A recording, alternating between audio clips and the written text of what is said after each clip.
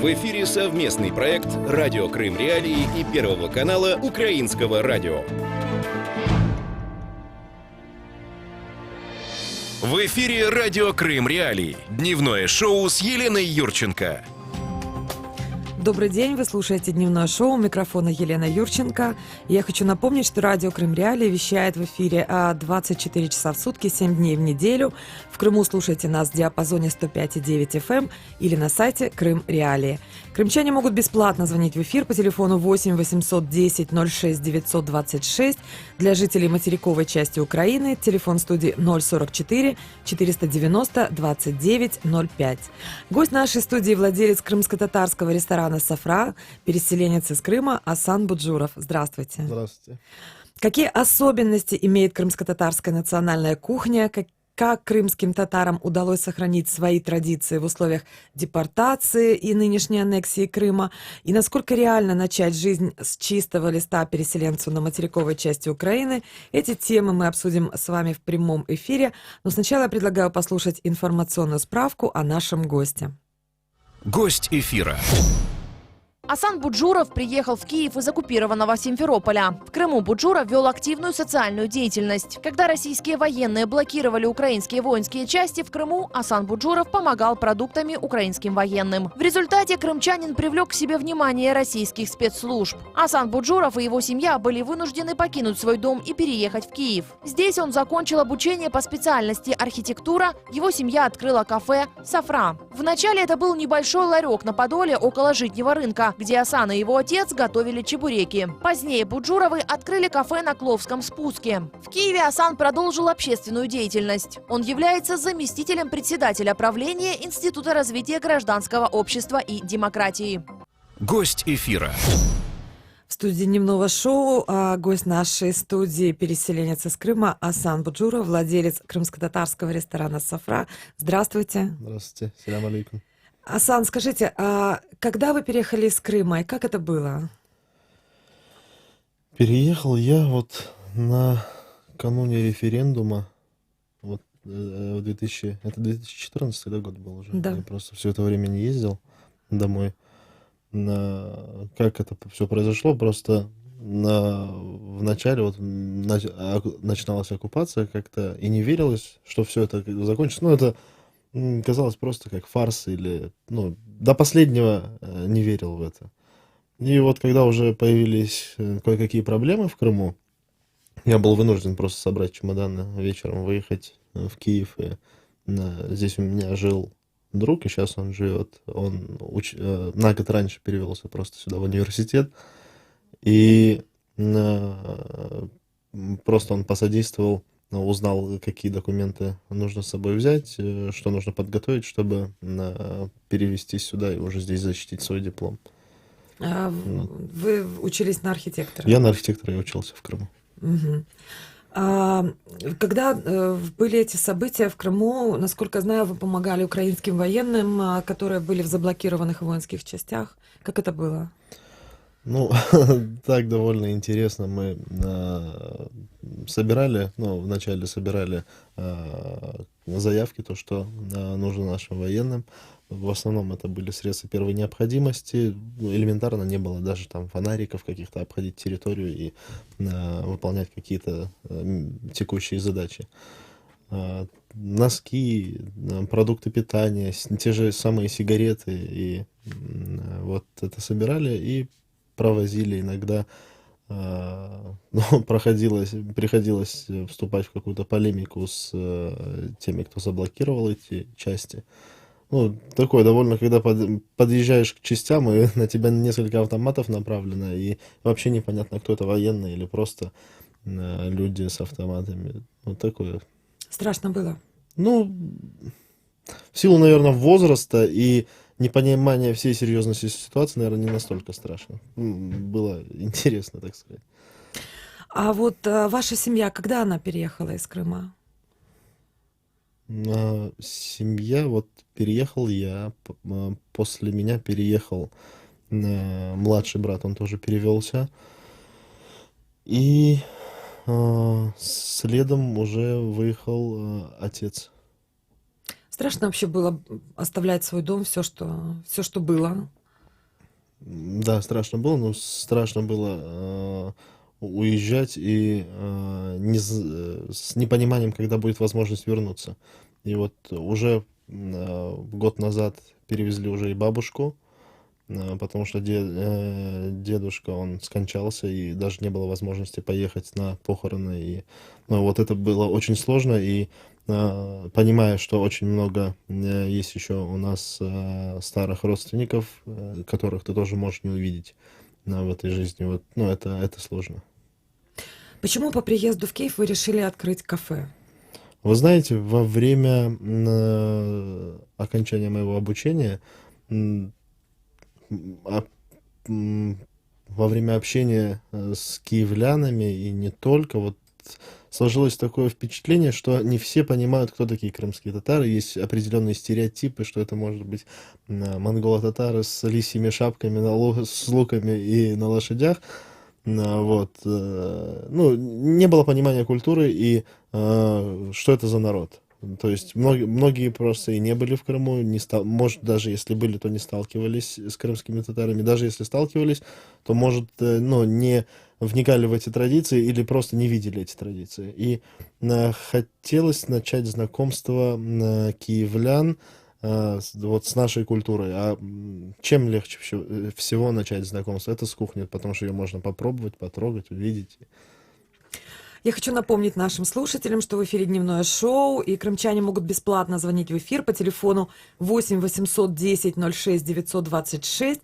Для жителей материковой части Украины телефон студии 044 490 29 05. Слушайте нас на средних волнах 549 АМ в 8:35 и 13:10, а также на 105,9 FM круглосуточно. В эфире дневное шоу на радио Крым Реалии. Гость нашей студии, владелец крымско-татарского ресторана «Софра», переселенец из Крыма Асан Буджуров. Как переводится «Софра» и почему вы выбрали именно это название? Софра — это накрытый стол, это застолье, это то есть то, с чем ты встречаешь всегда своих гостей. Если приходят к тебе гости, то они сразу садятся за софра, и им в первую очередь подают кофе, сладости, после уже подаются основные кушания. Ну, то есть это застолье, это даже не то, что вот накрытый стол, а сам процесс. Явление, да? Да, явление. А насколько реально было начинать жизнь с чистого листа? Как вообще это происходило? Ну, на самом деле, вот этот момент пробежал настолько быстро, что даже не осознавал всей сложности ситуации. Просто была необходимость, и ты занимаешься любимым делом, и как-то оно, сложно было, да, вот какие-то организационные моменты, какие-то, то, что если ты бы начинал это дело в Крыму, ты уже знаешь мастеров, знаешь, к кому обратиться, там, сделать ту же мебель, сделать, любые работы. А здесь ты просто как пальцем в небо, методом проб и ошибок все делаешь. В Крыму люди всегда знали, к кому обратиться. Потому что уже, во всяком случае, 25 лет прожили там, и... Вы начинали в Киеве с того, что открыли небольшой ларек на Подоле около Житнего рынка, где готовили чебуреки. И потом настал день, когда об этих чебуреках узнали в социальных сетях, кто-то написал замечательные отзывы, рекомендации, и людей стало настолько много, что они выстраивались в очереди, и приходилось как-то по времени распределять даже, то есть через 20 минут там приходите за заказом, я помню это. Вот вы были готовы к такому наплыву посетителей? Ожидали ли вы его? Честно сказать, не были готовы к такому наплыву посетителей и сами не были настолько опытны в этом, потому что это все готовилось всегда в домашних условиях и не на такое количество людей. То есть, было сложно, но людям этим мы очень благодарны, то, что они стояли, ждали, и все всегда получали свои чебуреки. Всегда люди у нас довольны и по сей день. Вот, на Подоле. Мы сами, на самом деле, знаете, казалось, вот неделю-две, и ты уже на чебуреки смотреть не сможешь. А вот я еще в ресторане удерживаюсь, вот если там просто кухня закрытая, удерживаюсь не поесть. Вот вчера на Подоле проезжал, заехал в Софру, и не выдержал, хотя бы один чебурек это съел. Ну, это как-то... А ведь вы, когда начинали, вы с вашим папой готовили вдвоем в этом ларьке. Да. То есть вы из тех рестораторов, которые сами все могут сделать, приготовить? Ну, конечно, мы постоянно отрабатываем и вкус, и следим, чтобы было высочайшее качество, несмотря на то, что как бы люди у нас, уже наша команда работает, и вот процесс приготовления всех начинок, теста для чебуреков все равно остается за нами и под полным контролем. А есть вообще, так сказать, что я хочу спросить? Приготовление еды – это мужская работа, женская? Вообще у крымских татар как-то это регламентируется? Ну, приготовление еды, да, в домашних условиях это в основном мама готовит. Это мамы, бабушки, они всегда готовят, потому что мужчина, он добытчик, он зарабатывает, а женщины следят за домашним очагом. Вот. Но мужчины вот на такие крупные праздники или, например, какой-то день рождения, и собираются гости и готовят тот же, например, плов, шурпу, мужчина уже на костре, это вот то, что связано с мясом, сугубо это мужское дело. Расскажите о кухне национальной крымских татар. Какие блюда можно назвать витриной крымско-татарской кухни? Ну, в первую очередь, это чебуреки янтахи. Это вот самое, наверное, традиционное блюдо, аутентичное и, разумеется, правильный чебурек янтах, потому что в Киеве до этого были стереотипы об этих блюдах. Вот. Это, очень довольно древнее блюдо. Чебурек переводится это как сырой пирожок. Почему сырой? Потому что начинка в него ложится не пропассированная, а сырая. И, то есть за 1,5 минуты он успевает прожариться, получить термообработку, но в то же время сохранить все свои свойства и питательные вещества. А как вообще крымским татарам удалось сохранить традиции национальной кухни в условиях депортации 1944 года, когда практически народ вывезли из своих домов? Ну, я скажу, наверное, национальную кухню было из всего культурного наследия сохранить легче всего, потому что это повседневное, это то, что делается каждый день, готовится. Хотя, конечно, в самом начале переселения, депортации не было возможности, потому что продуктов особо не было. И вот как рассказывала бабушка, там буквально, там крахмала немного было, там какой-то муки, вот из этого что-то замешивали, делали какой-то хлеб, и вот этим питались. То есть особо и есть нечего было. Вот, но все равно это было сохранить легче, в отличие от многих ремесел, музыки и вот именно той самобытности, которая была. Асан, а вот плов, он часто встречается в крымско-татарских кафе, ресторанах, но это все-таки крымско-татарская кухня или это уже заимствованное блюдо? Вот тот плов, который в основном подается, он заимствованный из среднеазиатской кухни. У нас есть свой пиляв. Он готовится по-другому, он готовится на сливочном масле, и слегка другая специфика, тоже очень вкусная, и скоро он должен быть в меню ресторана «Софра». Это очень интересно. Я хочу напомнить нашим слушателям, что в эфире «Дневное шоу», новая программа на радио «Крым Реалии». И крымчане могут бесплатно звонить в эфир по телефону 8 800 10 06 926. Для жителей материковой части Украины телефон студии 044 490 29 05. Звоните, рассказывайте, какие у вас есть мысли о крымско-татарской кухне. Ждем ваших звонков. В эфире радио «Крым Реалии». Звоните нам по телефону 8 800 10 06 926. Для жителей полуострова звонки бесплатные. Комментируйте темы в прямом эфире. Оставляйте свои сообщения на наш автоответчик. Мы выслушаем вас. 105,9 FM. Крымчане имеют право знать. В эфире дневное шоу на радио Крым Реалии. Гость нашей студии — владелец крымско-татарского ресторана «Сафра», переселенец из Крыма Асан Буджуров. У вас в семье готовят крымско-татарские национальные блюда? Да. Какие? готовят. У нас готовят фулту. Это такой как рулет из теста, орехов, тыквы и сахара. Очень вкусно. Это южнобережная кухня крымских татар, потому что у нас кухня еще делится на... Так же, как по субэтносам народ делится, да, и у каждого субэтноса есть свои особенности в кухне.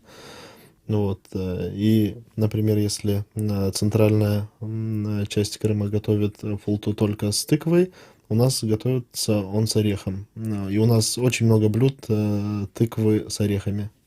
Ну и на самом деле сочетание этих вкусов очень интересное. А какие еще есть особенности географические? В кухне? Географически это вот на южном берегу много овощных блюд, много солений, рыбы, все то, что как бы природа дает, да, и легче там взрастить и получить. А в центральной гряде и вот степь там больше мяса, больше молочных продуктов. Однажды в интервью вы сказали, что открытие семейного бизнеса было бы невозможным без участия вашего отца. Расскажите об этом. Да, это в любом случае отец тоже, как, во-первых, он очень вкусно готовит, и он чувствует вкус очень хорошо. И мы с ним как раз обсуждая то, что вот такая вот ситуация в Киеве, и достойной крымско-татарской кухни здесь на тот момент практически не было. И мы решили вот дать возможность киевлянам попробовать настоящие чебуреки, настоящие янтыхи, вот на тот момент, когда открывали свой первый объект. После 2014 года стало довольно много в разных городах на материке открываться кафе, ресторанов с крымско-татарской кухней, и люди как-то стали поддерживать. На ваш взгляд, это может быть связано с какими-то вот проявлениями патриотизма, желания поддержать переселенцев? В любом случае это может быть с этим связано, и люди, утратив возможность посещать Крым, они находят, так сказать, отдушину, вот то, что приходят в общество крымских татар, и они приезжали в Крым, отдыхали в крымско-татарских гостиницах, кушали у крымских татар, и сейчас у многих возможностей это и нету, и они компенсируют это, приходя к нам в заведение. То есть вы чувствуете любовь к Крыму от ваших посетителей? В основном чувствуем. Скажите, когда вы открывали ресторан, вы как-то использовали свои знания архитектора? Вот очень пригодились знания архитектора и на то, что я как раз занимался крымско-татарской этнической архитектурой и самобытным интерьером, вот это помогло. А что именно? Это начиная от мебели, стен, вот, всей концепции ресторана, до самых мелочей, до уголков на мебели. Это я все сидел, вырисовывал, вплоть до того, что склеил из пенопласта макеты столов и смотрел, насколько будет удобно эргономику этих столов, чтобы высоту стула и стола определить. Скажите, пожалуйста, у вас в семье говорят на крымско-татарском языке? Да, говорят. И вы с детства его знали? Я до 6 лет русского языка не знал. Я только на крымско-татарском говорил, и даже был такой случай, когда пришел в школу и спросили, а вы знаете какие-то стихотворения? Мне объяснили, да, что нужно стих рассказать, я рассказал вот молитву, которую в детстве учили, там все смеялись, конечно. В школе так выучил. Скучаете за Крымом? Да, безусловно, скучаю. Как вы оцениваете блюда, которые готовят в вашем ресторане? Получается ли так же вкусно, как у мамы? Да, получается. Но у нас очень вкусно. Но вот, не знаю, вот когда ты приезжаешь домой к маме, и она вот тебе наготовит тех же чебуреков, и вот Да, они могут быть там, может быть, толще теста, там, они могут быть не такие сочные дома, потому что оно все равно не так профессионально готовится, но все равно оно как-то, ну, то, что когда готовит мама, это по-другому. Я хочу напомнить нашим слушателям, что в эфире дневное шоу, новая программа на радио Крым Реалии. И крымчане могут бесплатно звонить в эфир по телефону 8 800 10 06 926. Для жителей материковой части Украины телефон студии 044 490 29 05. Слушайте нас на средних волнах 549 АМ 8:35 и 13:10, а также на 105,9 FM круглосуточно. В эфире дневное шоу на радио Крым Реалии. Гость нашей студии, владелец крымско-татарского ресторана «Сафра», переселенец из Крыма Асан Буджуров. Звонок. У нас есть звонок в студию. Здравствуйте.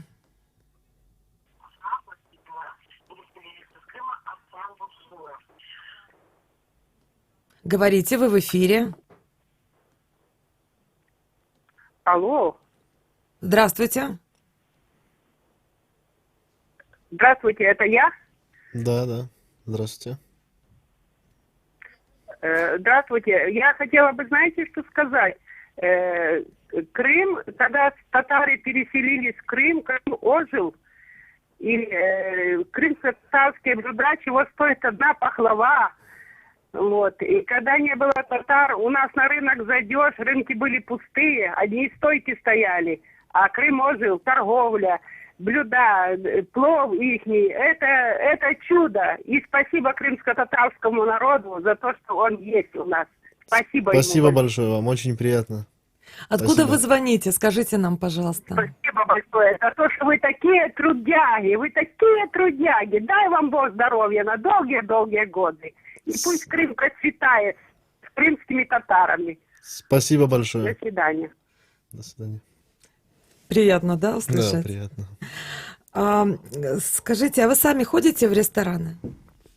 Если честно, времени мало, потому что выходных особо нет, постоянно в работе, нужно, ну, есть текущие задачи, есть задачи по развитию, есть, ну, много задач, которые, над которыми приходится работать, поэтому... А вот я думаю, многие крымчане задумываются, переселенцы, о том, что произойдет, когда Крым вернется под контроль Украины, когда он будет деоккупирован. Вы об этом думаете? Думаем, конечно. Думаем, хотелось бы вернуться, чтобы, ну, вот те планы, которые были по Крыму, их развивать и двигать. А вы дальше. останетесь ресторатором или станете архитектором? Я думаю, я смогу совместить и это, и архитектуру, и ресторацию, и, ну, чтоб, ну, это, мне показалось, это неплохой такой тандем, что можно архитектуру проявлять в ресторации и вот, ну, в этнокультурном развитии народа. Давайте поговорим о специях. Какие специи используются в крымско-татарской кухне? В крымско-татарской кухне на самом деле используется минимальное количество специй, по той причине, что у нас ценится естественный вкус того же мяса. Вот основная специя это лук, это черный перец, но используется еще вот зира и кинза. Вот, ну, это основные специи. И это все в Крыму могли выращивать, да, для себя, для своих нужд люди? Нет, в основном черный перец и вот эти специи, это все привозное было. Мгм. А как проходит вообще день ресторатора? Из чего он состоит? Чем вы занимаетесь? День ресторатора начинается с утренних текущих задач. Это, ну как, ты заезжаешь в ресторан, смотришь, как, ну, следишь за его открытием, если, например, нет администратора. Ну вот, и, ну, кушаешь, понятное дело, завтракаешь. Ну, это, конечно, сложно в том плане, то, что постоянно пробовать и есть. Нам нужно потом заниматься над собой. А вы придумываете какие-то новые блюда или, может быть, совершенствуете старые? И придумываем новые, и совершенствуем старые. И вот сейчас уже на пробу подготовили, сами вялили бастурму. Очень, ну, неплохо получилось. И хотим сейчас из новой партии давать людям на дегустацию, нашим гостям, чтобы они пробовали и ставили свою оценку, и мы будем после этого тоже вносить. Мы стараемся максимально то, что мы можем сделать сами, и отвечать за свое качество, делать это самим. Но вот единственное, что мы, кроме сладостей, у нас все свое. Мгм. Все готовится нами. А когда вы готовите традиционные блюда, вы советуетесь со старшим поколением? Как это принято, как лучше? Когда готовим, мы всегда даем, ну, приносим пробовать нашей бабушке. Она, потому что вот тоже такой наш вдохновитель, потому что она всегда готовила тоже дома чебуреки, янтыки. Это был такой процесс, я мог ей помочь раскатывать тесто, потому что, ну, она уже старенькая, и это, ну, сложно. А она уже их жарила, лепила. И... То есть бабушка это мерила, да, вот Да, да, да. ваших блюд? И как, что она чаще всего говорит? Ну, ей очень нравится, очень вкусно. И она сама, когда вот приехала, мы с ней вот 3 года, можно сказать, не виделись. И когда мы ее забрали к себе, она попала к нам в Софру. Очень ей было приятно, потому что там как раз вот получилось создать тот аутентичный Крым, в котором она жила до депортации, и, ну, она даже прослезилась немного. Скажите, вот в Киеве есть и другие крымско-татарские рестораны. Ощущаете ли вы между собой конкуренцию, скажем так? Ходите ли вы, смотрите ли, как они блюда подают, что готовят? Не сказал бы, что мы конкуренты, мы скорее коллеги, которые ну, стараются людей кормить настоящей крымской качественной едой. Вы общаетесь с крымчанами, которые живут там? Получаете ли информацию, что там происходит сейчас? Да, общаемся. И информацию получаем, но ничего хорошего оттуда, новостей никаких нет, на самом деле. Они, ну, как бы наш круг общения, но он это говорит с такой интонацией, что чем хуже там, тем лучше, потому что чем пружина будет сильнее сжиматься, тем она быстрее разожмется. В Крыму, по сути, дня не проходит без того, чтобы не поступали новости о каких-то репрессиях, о судах, о задержаниях, об обысках. Вот как удается, на ваш взгляд, общине выживать в таких сложных условиях-то? И еще раз можно вопрос? Как выживают люди в таких условиях репрессий в Крыму? Ну да, это сложно на самом деле. Вот жить под постоянным давлением, под постоянным страхом того, что в любой момент незаконным образом тебя могут арестовать или просто похитить, это, ну, очень сложно для этих людей, и людям приходится просто молчать и особо не проявлять свою политическую позицию, свою гражданскую позицию. Есть два полярных мнения относительно того, как могут поступить крымские татары в сложившихся условиях. Одни говорят о том, что необходимо оставаться на территории полуострова, потому что коренной народ должен жить дома, и россияне не должны выдавливать коренной народ из Крыма.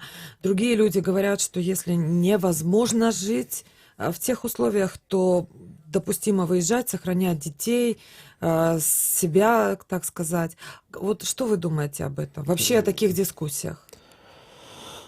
Здесь сложно кого-то осуждать за то, что он остался, либо кого-то за то, что он выехал. У каждого своя ситуация, и каждый в первую очередь должен смотреть за сохранением своей ячейки общества.